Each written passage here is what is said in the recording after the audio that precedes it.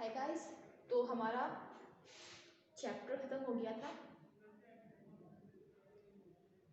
Abiotic factors क्या है, हमारे सारे एक साथ में पढ़ गए हैं। तो अब हमारा आता है second abiotic factor, biotic factor. तो देखिए, हमने जब बात की थी इकोसिस्टम, ठीक है, इसको हमने दो पार्ट में डिवाइड किया था, एबायोटिक फैक्टर और biotic factor, correct. Abiotic factors में हमने ले लिए थे, हमारा एटमॉस्फेयर आ गया था, या हम कहें एयर आ गई थी। उसके बाद हमारा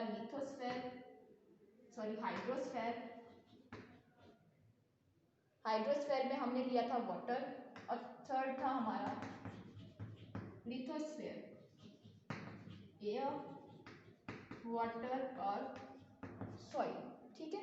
ये हमारे एबायोटिक फैक्टर्स में थे। अब बायोटिक फैक्टर्स में हमारे ऑर्गेनिज्म आ जाते हैं।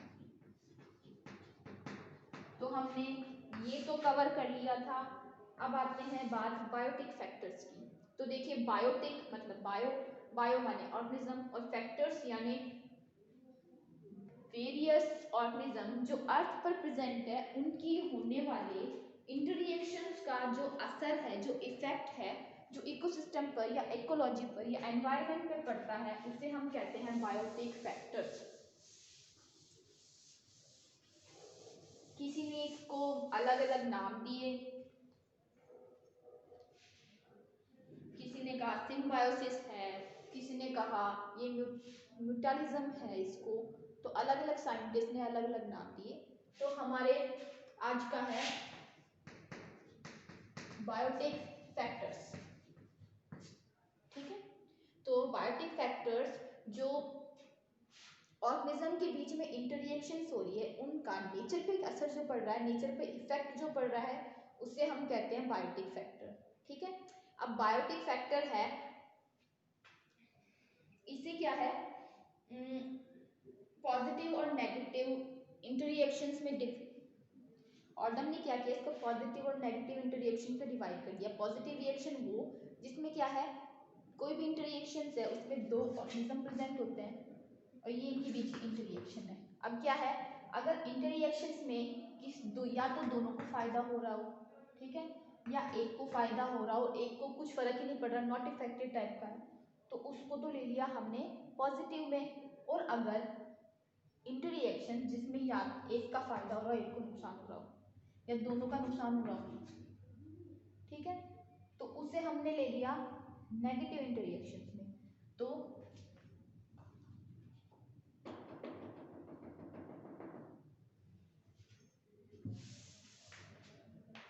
डेफिनेशन ले हम बायोटिक फैक्टर की, तो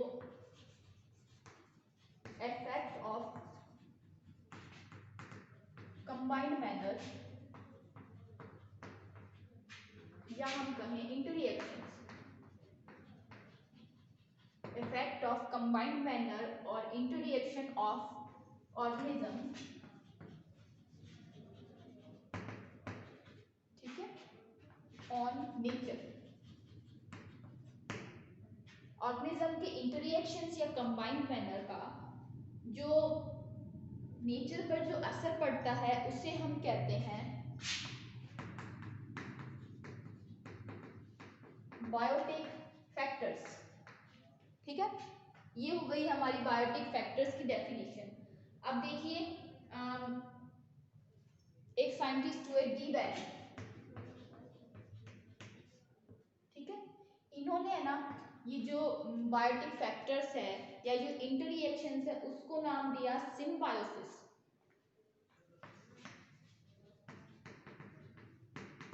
ठीक है, सिम्बायोसिस नाम दिया। फिर एक दूसरे साइंटिस्ट आए क्लार्क, ठीक है, इन्होंने क्या है, ये जो इंटररिएक्शंस को और नया नाम दे दिया म्यूटालिज्म, ठीक है। तो क्या है, ये इंटररिएक्शंस के नाम है, क्या है, जो ऑर्गेनिज्म के बीच में जो इंटररिएक्शंस हो रही है, उन्हें डी बैरी ने कहा सिम्बायोसिस, क्लार्क ने कहा म्यूटालिज्म। फिर एक साइंटिस्ट है क्लीमेट और शेल्फोर्ड, इन्होंने क्या है, ये इंटररिएक्शंस हैं उनको 3 पार्ट में डिवाइड कर दिया।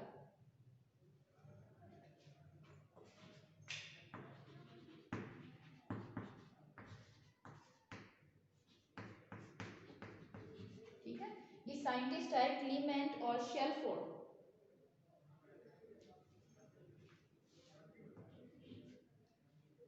इन्होंने क्या है, ये जो इंटररिएक्शंस है उसको 3 पार्ट में डिवाइड कर दिया, एक्शन, रिएक्शन और इंटररिएक्शन। ठीक है, और इन्होंने बताया कि ये इंटररिएक्शंस होती है 2 टाइप की होती है, इंटरस्पेसिफिक और इंट्रास्पेसिफिक।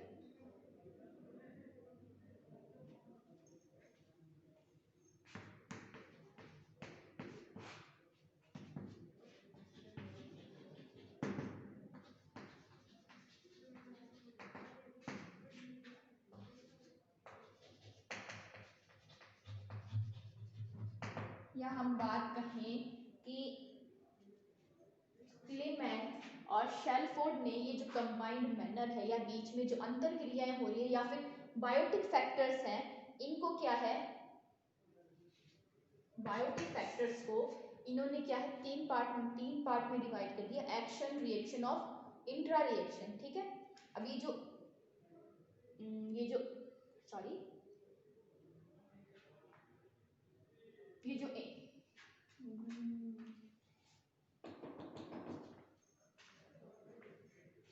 इंटरैक्शंस है, इन्होंने बताया कि ये 2 टाइप की होती हैं, इंट्रा स्पेसिफिक और इंटर स्पेसिफिक।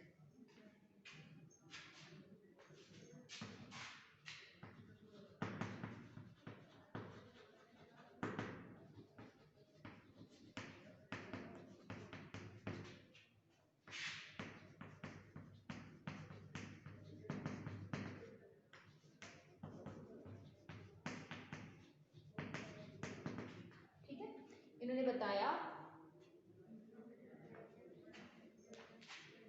ये जो इंटररिएक्शंस है उनके इफेक्ट को हम करें बायोटिक फैक्टर्स। फिर इन इंटररिएक्शंस को डी बैरी ने नाम दिया सिम्बायोसिस, क्लार्क ने नाम दिया म्यूटालिज्म। फिर दो साइंटिस्ट है सेलफोर्ड और क्लीमेट्स, इन्होंने कहा कि ये जो बायोटिक फैक्टर्स है इनको हम एक्शन, रिएक्शन और इंटररिएक्शन में डिफाइन कर सकते हैं। और ये जो इंटररिएक्शंस होती है दो टाइप की होती है, इंटरस्पेसिफिक और इंट्रा स्पेसिफिक। फिर उसके बाद ऑडम आए 1971 में, उन्होंने कहा कि ये जो इंटररिएक्शंस होती है वो पॉजिटिव और नेगेटिव 2 टाइप की होती है।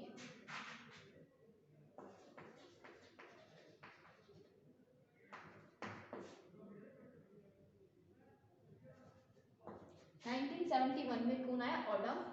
इन्होंने कहा ये जो इंटररिएक्शंस होती हैं ये क्या है 2 टाइप की होती है, नेगेटिव और पॉजिटिव।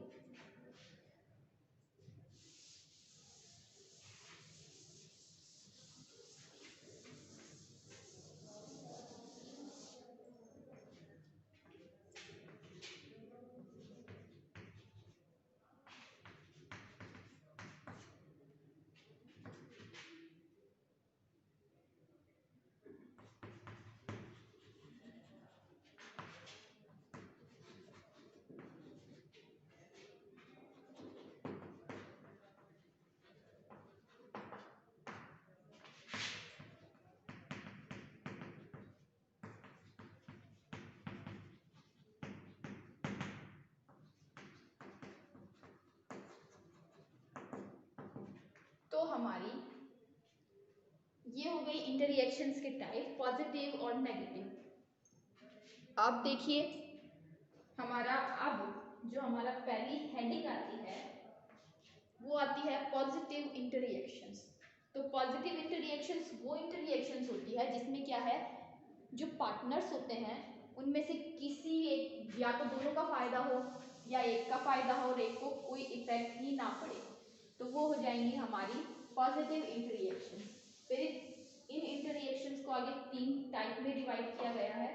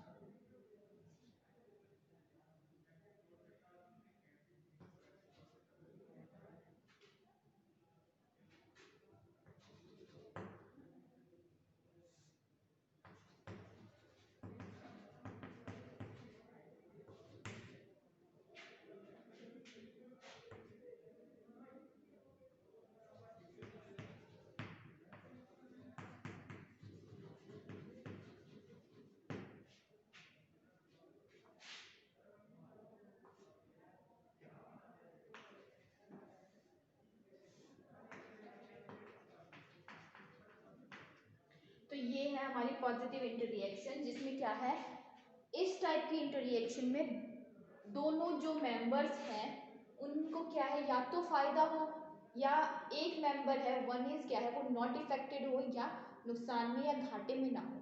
ठीक है, तो इसे हम कह सकते हैं पॉजिटिव पॉजिटिव इंटररिएक्शन, पॉजिटिव और जीरो इंटररिएक्शन। ठीक है, या ऐसे लिख दो, कोई बात नहीं। तो इस टाइप की है ये इंटररिएक्शन। अब क्या है, इसको 3 पार्ट में बांटा गया है आगे, या कहें कि इसके अंदर 3 इंटररिएक्शंस को शामिल किया गया है।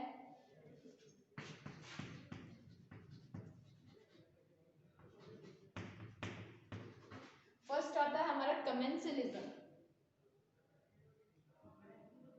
सहभोजिता।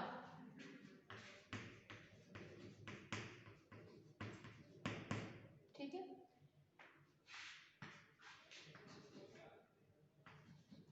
देखिए जो हमारा कमेंसलिज्म है ये सहभोजिता है। इसमें क्या है, जो एक जो मेंबर है इसको फायदा होता है, दूसरा मेंबर नॉट इफेक्टेड टाइप का होता है। या आप इसके आगे लिख लीजिए पॉजिटिव और जीरो। ठीक है, दूसरा म्यूचुअलिज्म, इसमें क्या है, दोनों फायदे में रहते हैं।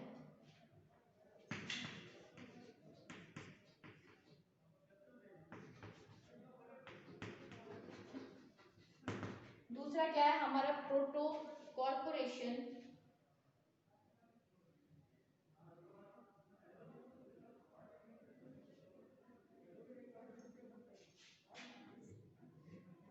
इसमें भी क्या है, इस टाइप की इंटररिएक्शंस में भी दोनों क्या वो फायदे में ही रहते हैं। लेकिन ये जो हमारा म्यूचुअलिज्म और प्रोटो कॉर्पोरेशन है, इसमें एक तो है ऑब्लिगेट टाइप का है और एक फैकल्टेटिव टाइप का है।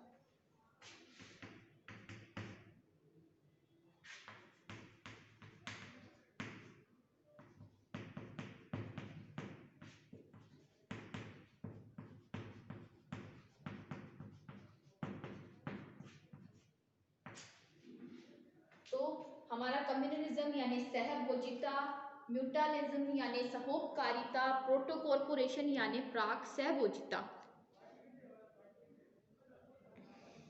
जिसमें देखिए हमारा जो कमेंसलिज्म है इसमें एक ऑर्गेनिज्म फायदे में रहता है और एक नॉट इफेक्टेड टाइप का रहता है। म्यूचुअलिज्म है, इसमें भी क्या है, दोनों ऑर्गेनिज्म फायदे में रहते हैं, लेकिन ये क्या है, अगर इन दोनों ऑर्गेनिज्म को अलग कर दिया जाए तो कोई भी जिंदा नहीं रह पाता है। और प्रोटो कॉर्पोरेशन में भी दोनों टाइप के क्या है ऑर्गेनिज्म साथ में रहते हैं, दोनों को फायदा होता है, लेकिन अगर वो अलग अलग भी हो जाए तो भी क्या है, उन्हें कोई नुकसान नहीं होता है। ये क्या फैकल्टेटिव टाइप की है, और ये है हमारी जो है वो ऑब्लिगेट टाइप की है। तो हमारा पहला जो आता है कमेंसलिज्म, इसका देखिए आपको अगर एग्जांपल दूं मैं कमेंसलिज्म का, तो आपने कुछ ऐसे देखिए पौधे होते हैं जिन्हें लिनास कहते हैं, लिनास कहते हैं। वो क्या है, ऐसे मान लीजिए वुडी वेस्कुलर क्या बोलते लताएं टाइप की होती है, वुडी वेस्कुलर होती हैं वो क्या है, दूसरे पेड़ों के सहारे क्लाइंबिंग टाइप की होती है, जो क्या है दूसरे पेड़ के सहारे ऊपर की ओर चढ़ती है। ठीक है, उनकी जड़ें क्या है रूट से रिलेटेड होती हैं, वो क्या है मिट्टी में ही लगती है, लेकिन क्या है उन्हें फ्लावरिंग के लिए या उन्हें ग्रोथ के लिए या उन्हें आगे फ्लावरिंग फ्रूटिंग और लाइट के लिए क्या है दूसरे पेड़ों के सहारे ऊपर की ओर चढ़ती हैं। और इससे क्या है उन्हें तो फायदा होता है, लेकिन जो जिनके सहारे जिन पेड़ों के सहारे वो ऊपर चढ़ती हैं उन्हें क्या है किसी टाइप का नुकसान नहीं होता है। या फिर हम दूसरा एग्जांपल लें तो आपने कुछ ऐसे पौधे होते हैं जो कि क्या है जिन्हें हम एपिफाइट्स बोलते हैं। ये क्या होते हैं ना, ये ज़्यादातर उन एरियाज में मिलते हैं जहाँ पर मतलब बरसात ज़्यादा होती है, या हम कहें ट्रॉपिकल रेनी फॉरेस्ट में मिलते हैं एपिफाइट्स। कि इनकी जो रूट्स होती हैं, इस टाइप के जो पौधे हैं वो प्लांट्स पर ही क्या है, मान लीजिए ये कोई प्लांट्स है, किसी एपिफाइट पर ये इसकी ब्रांच मान लीजिए, ठीक है। अब ये क्या पौधा यहाँ पर इसका बीज जाके गिरा तो ये यहीं पर ही उग जाएगा, ठीक है, यहीं पर ही उग जाएगा। और इसकी जो रूट्स हैं वो सॉइल से रिलेटेड नहीं होती है, लेकिन इसका मतलब ये नहीं है कि ये प्लांट से मतलब न्यूट्रिशन प्रोवाइड लेगा। इसकी जड़ें सकर्स टाइप की नहीं होती, मतलब ये नॉर्मल एटमॉस्फेयर से ही अपना सारी जितनी भी इसको ज़रूरत है न्यूट्रिशन की, वो सारी एटमॉस्फेयर से ही ले लेगा। ये सिर्फ इन ब्रांचेस पर, इनकी ब्रांचेस पर, ट्रंक्स पर ये क्या है, उग जाते हैं, लेकिन ये क्या है, इन पेड़ों को कोई नुकसान नहीं पहुंचाते हैं।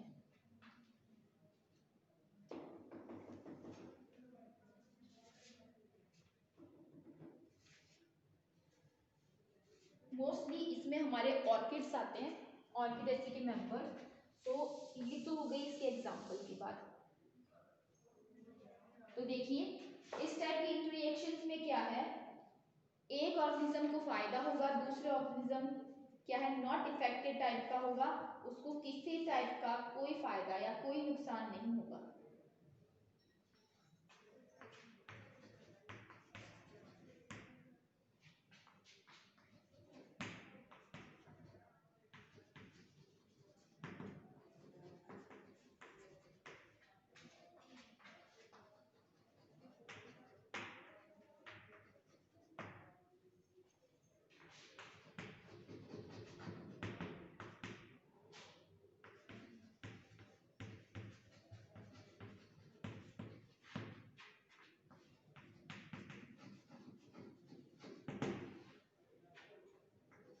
इसमें क्या है, इन दिस इंटरेक्शन, इस रिएक्शन में सिर्फ एक ऑर्गेनिज्म को ही फायदा होगा, दूसरा ऑर्गेनिज्म नॉट इफेक्टिव टाइप का होगा, उससे किसी भी तरह की हार्म नहीं होगा और ना ही उसको किसी टाइप का लॉस होगा।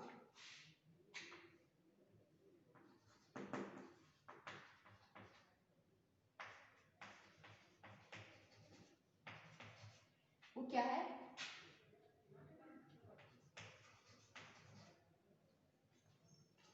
उसे किसी तरह का नुकसान नहीं होगा। In this interaction, only one organism is in benefit. The second one is not affected, it is not harmed or not in loss. ना तो किसी तरह का उसको किसी तरह का हार्म होगा और ना ही वो किसी तरह के लॉस में होगा। और अब इसका एग्जांपल हमारी लिनास, इनको बोलते हैं कठलताएं, कठलताएं।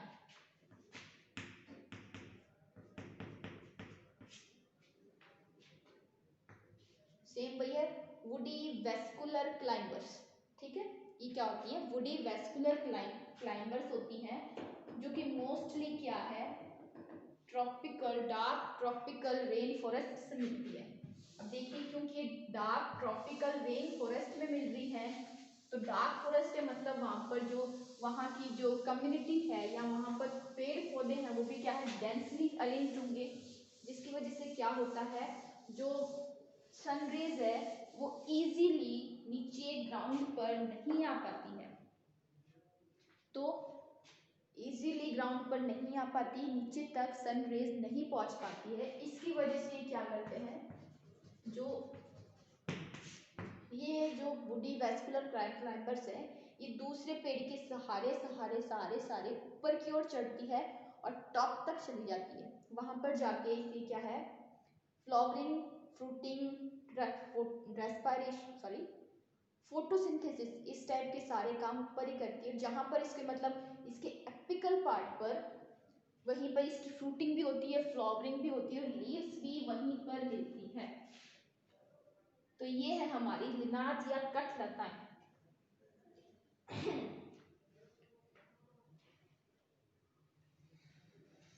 तो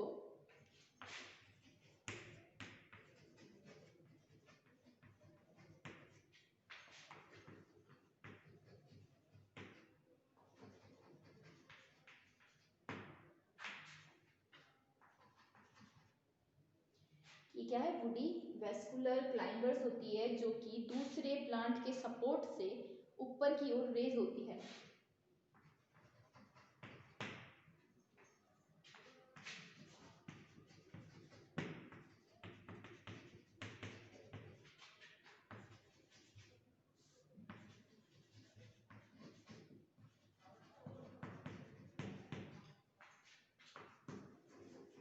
क्या है, ये दूसरे ट्री की मदद से ऊपर की ओर बढ़ती है।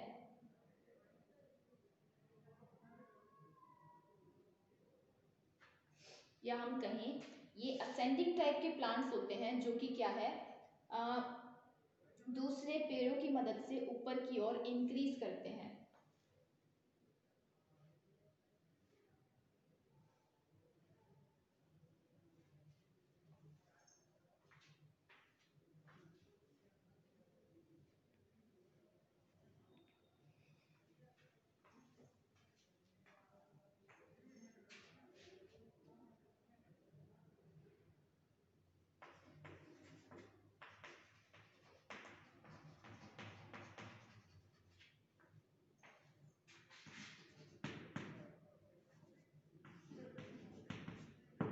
पर क्या है, इनकी जो रूट्स होती हैं वो सॉइल में प्रेजेंट होती है। ये सिर्फ ऊपर की ओर बढ़ने के लिए क्या है, प्लांट्स की या दूसरे प्लांट्स की हेल्प लेती है।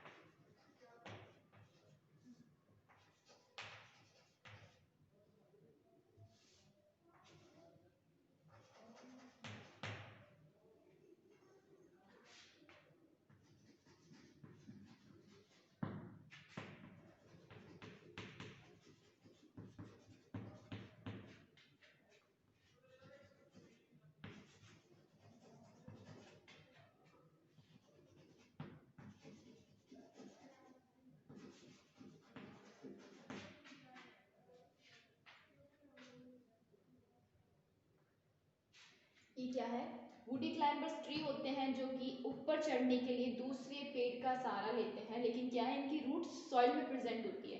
फोटोसिंथेसिस, फ्लावरिंग, फ्रूटिंग के लिए क्या है, ये ऊपर की ओर बढ़ती हैं।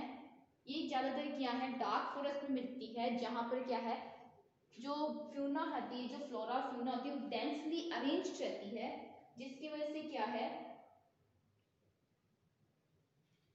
ये जो सनलाइट है वो नीचे तक नहीं पहुंच पाती। तो ये तो हुई हमारी लिनाज।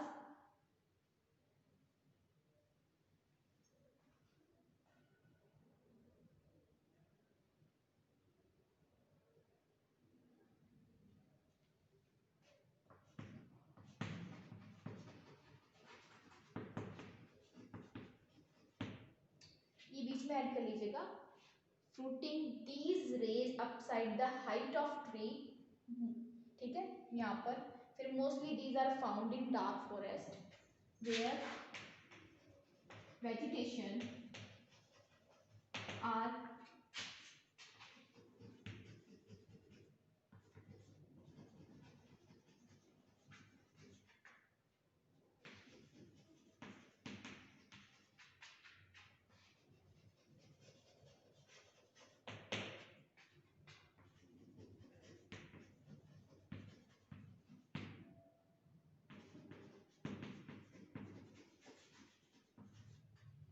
where vegetation are densely arranged due to which sunlight can't reach at soil surface, जिसके कारण ये क्या है, दूसरे पेड़ों की सहायता से ऊपर की ओर चढ़ती है, और जहां पर पेड़ होता है वहां पर जाके रुक जाती है।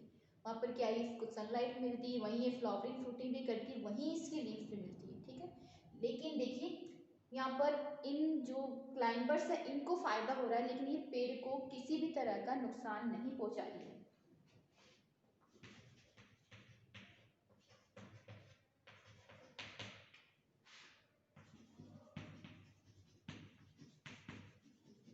लेकिन ये क्या है, ट्रीज को किसी भी तरह की हानि या नुकसान नहीं पहुंचा रही है।